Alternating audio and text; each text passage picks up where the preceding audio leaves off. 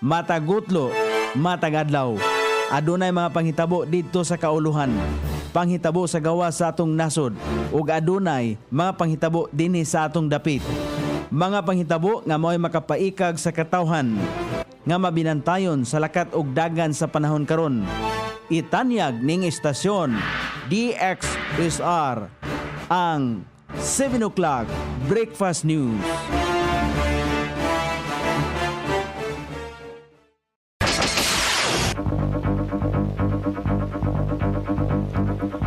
Higala, kumusta? May buntag Iligan, may buntag Mindanao, may buntag Pilipinas. Adlaw nga Miyerkules, petsa 15 ni buwan sa Oktubre ning tuiga 2025. Sangan sa ato station manager Pastor Robin Sulapas, kini ang inyong ka-isar kabisaya Nunibi. Ang mahatod sa hanay sa balita sa alas 7. O karon sa uluhang tudling sa ato mga balita, suspek sa pagdala og droga nadakpan. Mga building, eskwelahan sa Iligan, gisuse human makasinati og linog. Mga gwardya gipasidunggan sa ilang kaisog sa pagdakop sa mga suspek sa pagpangawat sa Gregorio Tiliots Memorial Hospital. Duha ka dagkong rally batok sa korupsyon ipaygayon sa Oktubre 17 ug 21 sa Maynila.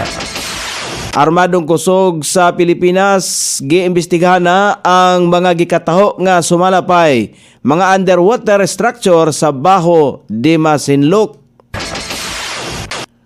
Romualdez miatubang sa ICI sa investigasyon sa flood control scheme kagahapon. Balita sa gawa sa nasod Denmark, gidili ang social media alang sa mga kabatanunan nga nag-edad og 15 anyos paubos. Balita sa kinabuhing Kristohanon, mga kababayan ang Kristohanon sa Vietnam gipadalan og pagpasidaan sa gobyerno.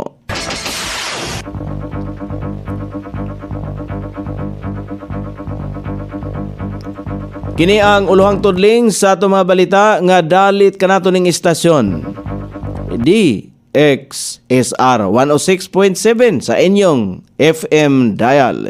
Ang bugtong radyo sa Dakbayan Siligan nga nagsibya sa balang kasulatan, pinasubay sa inspired and preserved, not simply dictated King James Version sa Anchor Broadcasting Corporation.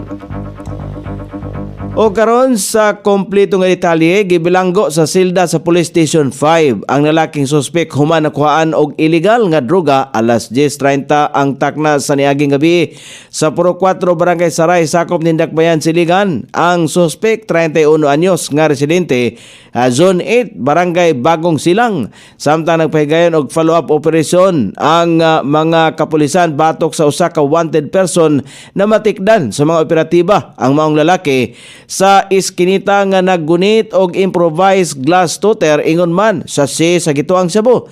Daling giduol sa kapulisan ang maong suspek og gilayon kining giaresto. Ang total nga gibugaton sa nakompiska nga droga ana sa 0.05 grams nga aduna estimated drug price nga 230 pesos. Kaso paglapas sa Republic Act 9165 ang atubangon sa maong suspek. Gisuse sa mga kawani sa Office of the City Building Officials o City Engineers Office ang mga building o establishmento sa Iligan aron masuta kung aduna bay kadaot o crack ang mga building, ilabi na sa mga tulungaan dinhi sa Iligan. Base kini sa direktiba ni Mayor Frederick Siao aron masiguro nga luwas sa mga estudyante, mga magtutudlo og trabahante human makasinati ang syudad og patay og sayuta niadto Oktubre 10. Diin ang sentro sa maong linog mao ang Manay, Davao Oriental. Gisugdan kagahapon ang inspeksyon sa mga eskwelahan og 22 ka mga tulungaan ang nauna nang gisusi sa grupo. Padayon usab ang pag-inspeksyon sa grupo sa mga building karong panahon na. Gipasidunggan ni City Administrator Darwin Manubag ang upat ka security personnel sa Gregorio Tiliots Memorial Hospital atol sa flag raising ceremony tungod sa ilaang pagdakop sa mga suspek sa pagpangawat og cash og cellphone sulod sa hospital. Ang upat ka gwardiya sakop sa CAD Security ubos sa pagdumala ni Marlon Clapano nga didto na-assign sa Gregorio Tiliots Memorial Hospital. Sila mao si Daryl Uyaw, team leader, Vincent Lara, Manuel Partulan o Limuel Chavez. Sila ang nakadakop sa mga suspek. Gidaig ni Manubag ang kaisog o dedikasyon sa mga gwardya sa ilang trabaho nang hinaot siya nga ang tanang empleyado sa kagamhanan musunod sa ilang ehemplo aron mas mapakusgan pa ang serbisyo publiko sa Iligan. O karon balita sa kauluhan ipahigayon sa duha ka halapad nga rally batok sa korupsyon sa Oktubre 17 ug 21 sa lungsod sa Maynila sumala pa sa Kilusang Bayan. Ipahigayon kini sa mga grupong nagpaluyo usab sa gipahigayong trilyon piso march sa rally niadtong Setyembre 21. Lakip nini ang mga organizer sa Baha sa Lunita Rally nga taong bayan ayaw sa magnanakaw at abusado Network Alliance tama na o guban pang mga organisasyon. Ingon man ang Kilusang Bayan kontra kurakot nga tigmugna kung gimugna sa mga anti-corruption groups. Sumala pa sa Kilusang Bayan nangandam na ang mga grupo alang sa mas halapan nga aksyon sa mga mosunod nga adlaw aron magpadayon ang public pressure o panawagan sa tulubagon kalabot sa nagpadayon nga flood control o corruption scandals.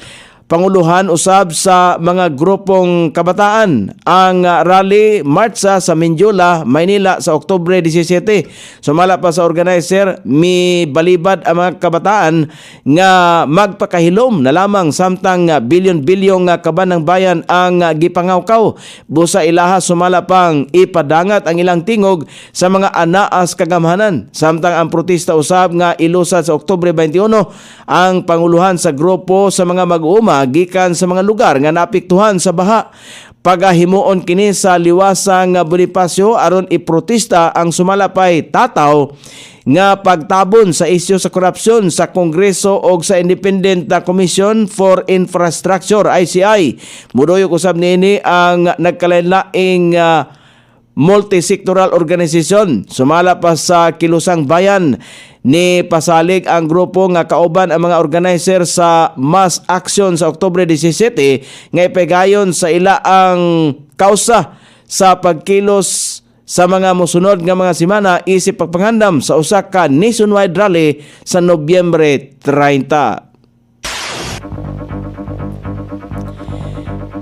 Gipailalom na sa investigasyon sa armadong kusog sa Pilipinas ang mga gikataho nga sumalapay mga nasigpatang underwater structures sa Baho di Masinloc nga maoy sakop sa West Philippine Sea.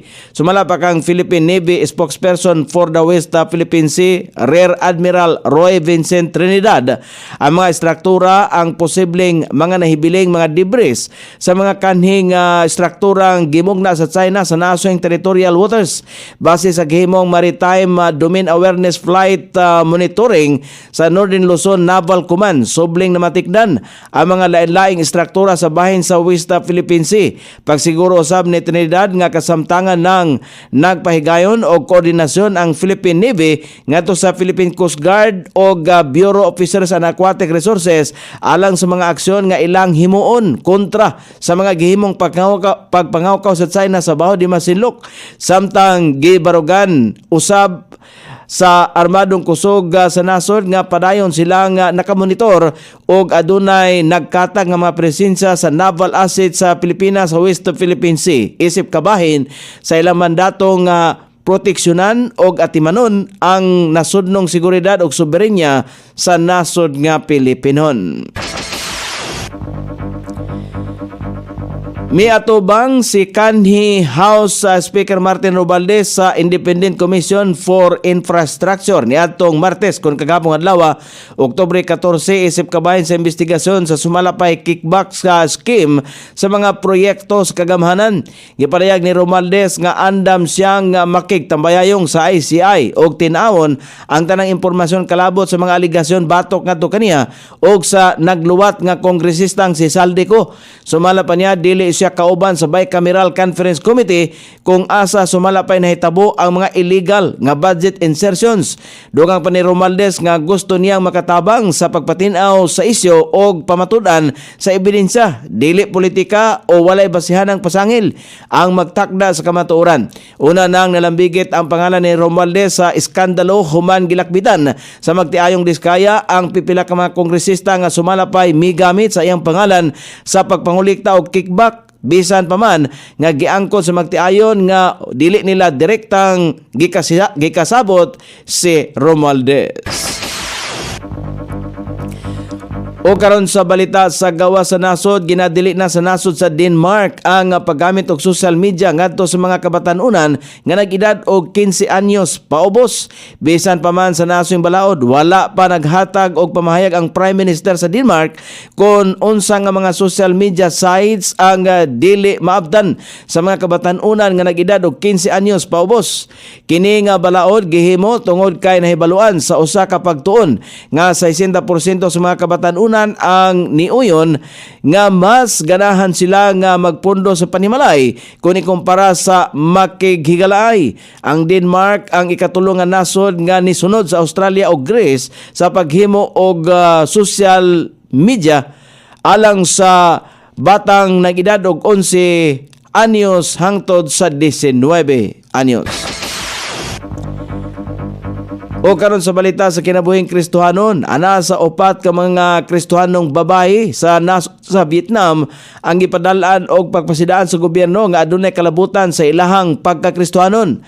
Kapareho sa nasod sa China, adunay sistema ang Vietnamese government nga manggipit og mga Kristohanon. Nagpatuman og state-sponsored religion ang Vietnam aron nga babagan ang bisan unsang simbahan nga magwali batok sa gobyerno.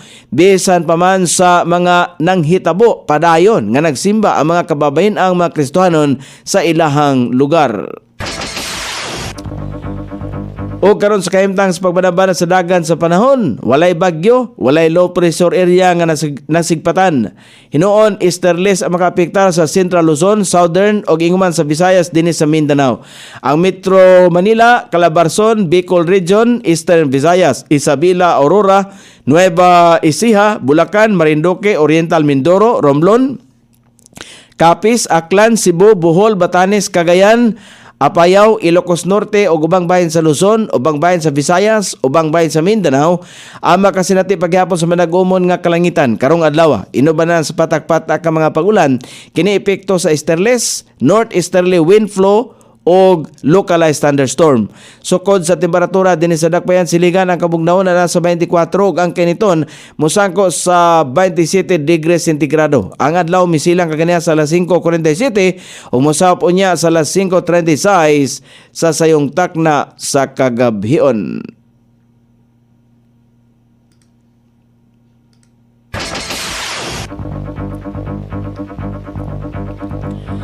Inyong nabati ang kinatibuk ang hanay sa balita sa alas 7 nga dalit kanato ning istasyon. DXSR 106.7 sa inyong FM dial. Ang bultong radyo sa dakbayan siligan nga nagsibya sa balang kasulatan, pinasubay sa inspired and preserved. Not simply dictated King James Version sa Anchor Broadcasting Corporation. Sangan sa tigsuwat sa atong balitang international ug sa kinabuhing Kristohanon, Pitjan sa balita lokal Coney Island sa ato station manager Pastor Ruben Sulapas. Kini ang inyong KSR Kabisaya Nonibi magpasalamat ug mingon. Maayong buntag, Iligan.